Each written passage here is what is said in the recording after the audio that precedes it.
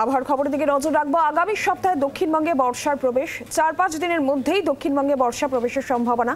আগামীকাল পশ্চিম মেদিনীপুর, ঝাড়গ্রাম, পুরুলিয়ায় অস্বস্তিকর আবহাওয়া থাকবে। রবিবার দক্ষিণবঙ্গের সব জেলাতেই বৃষ্টির পূর্বাভাস রয়েছে। আর মঙ্গলবার থেকে বৃহস্পতিবার বৃষ্টির পরিমাণ আরো বাড়বে বলে জানাচ্ছে হাওয়া অফিস।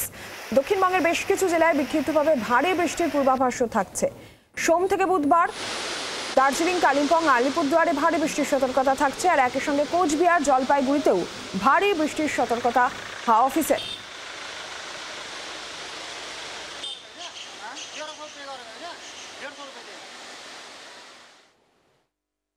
দক্ষিণবঙ্গে আগামী 24 ঘন্টায় বিক্ষিপ্তভাবে বজ্রবিদ্যুৎ সহ বৃষ্টিপাত 1-2 জায়গা করে হওয়ার সম্ভাবনা আছে বিক্ষিপ্তভাবে।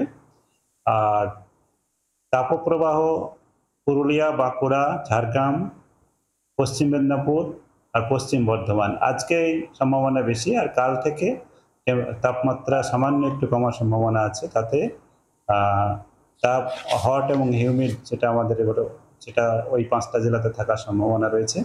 বাকি জেলাতে তাপমাত্রা আগামী 2-3 দিনে স্বাভাবিকের থেকে কিছুটা বেশি থাকবে, তারপরে কম হবে। 2-3 দিন পর থেকে বৃষ্টিপাতের পরিমাণ দক্ষিণবঙ্গে বাড়ার সম্ভাবনা আছে, যার প্রভাবে আমরা বলেছি আগামী 4-5 দিনের মধ্যে আমাদের দক্ষিণবঙ্গের কিছু এলাকায়, তার সঙ্গে উত্তরবঙ্গের যেসব জায়গাতে বাকি রয়েছে সেই সমস্ত জেলাতে, যেমন উত্তর দক্ষিণ দিনাজপুর আর মালদা, মৌসুমী বায়ু প্রবেশ করার সম্ভাবনা আছে। কলকাতা ও তার পার্শ্ববর্তী অঞ্চলে আগামী 24 ঘন্টায় আংশিক মেঘলা আকাশ থাকবে।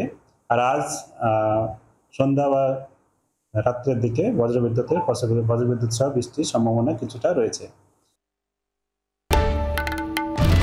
বাংলার আওয়াজ, বাঙালির আবেগ, জি 24 ঘন্টা।